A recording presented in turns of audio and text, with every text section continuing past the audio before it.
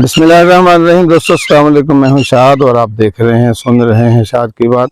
अल्लाह रब्बे रहीम से पूरी उम्मीद है और दुआ भी है कि आप जहां भी होंगे खुश होंगे और अपने मामलात को ईमानदारी से खुश उसलूबी से निभा भी रहे होंगे।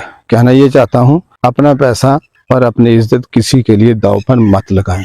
बाज़ वक़्त ऐसा सीन बनता है कि एक बंदा जो है अपनी जगह पर, अपने नुकसान पर, अपनी तकलीफ पर आपकी इज्जत, आपका पैसा मांग रहा होता है। तकलीफ उसकी है, दुख उसका है, नुकसान उसका है, आपके सामने हुआ है, उसे पता था हो रहा है, उसने किया है। अब उसे कुर्बानी का बकरा चाहिए, उसे आपकी शक्ल में, जिसके लिए आप दावेदार हैं कोई मुखलिस दोस्त है और वो नुकसान में है, लेकिन वो अपनी तरफ से वो आपका दोस्त नहीं है, वो आपका दोस्त नहीं मानता, वो एक बकरा ढूंढ रहा है। अगर वो नुकसान में गया है तो कभी भी दोस्त अपने नुकसान में अपने दोस्त की इज्जत को, अपने दोस्त के पैसे को, अपनी तकलीफ में, अपने नुकसान में नहीं झोंकता।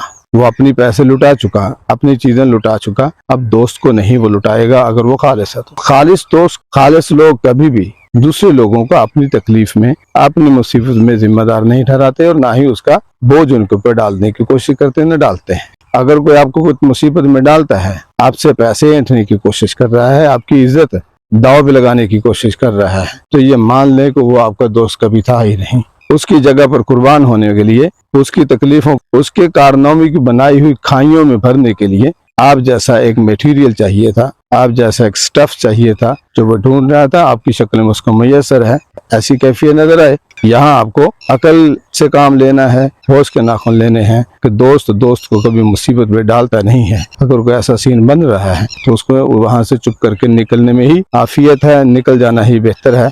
एक खुद गर्जी के पाठ का पता चलेगा, एक दया बाब खुलेगा, एक एतमाद टूटेगा और एक भरोसा टूटा हुआ होगा जो आपके सामने होगा। ये मौका आपकी आंख खोलने के मुतरादिफ होगा। आप आंख खुल गई है तो आप अपने पैसे को, अपने इज्जत को वहां मत झोंकें, दांव पर मत लगाएं। क्योंकि बहुत से लोग बर्तियां करके रखते हैं, बहुत से लोग एक रॉ मटेरियल ईंधन बना के रखते हैं अपनी मुसीबतों की भट्टी में डालने के लिए। तो आपको जब पता चले कि आपका एक दोस्त जिसके बारे में आप सोचते हैं मुखलिस है, मेरा बिल्कुल पक्का यार बेली है, आपको अपनी तकलीफ में झोंक रहा है, तो यहाँ बिल्कुल खुदगर्जी कहीं नहीं आएगी, यहाँ हिकमत अमली ही होगी। और यहाँ जो है आप अपने आप को सेव करेंगे ये सोच करके कि दोस्त को कभी अपने हिस्से की तकलीफ में मुब्तला नहीं करता, दोस्त को कभी भी अपने हिस्से के नुकसान में शामिल नहीं करता। कोई 1-8% कोई मुखलिस होता है सही से, वो वाकई मुसीबत में आ गया है, वो आपको कहता नहीं है, आप देख चुके हैं कि वो मुसीबत में आ गया है, परेशान हो गया हुआ है, तो फिर वहां जाकर के सेफ एंड साउंड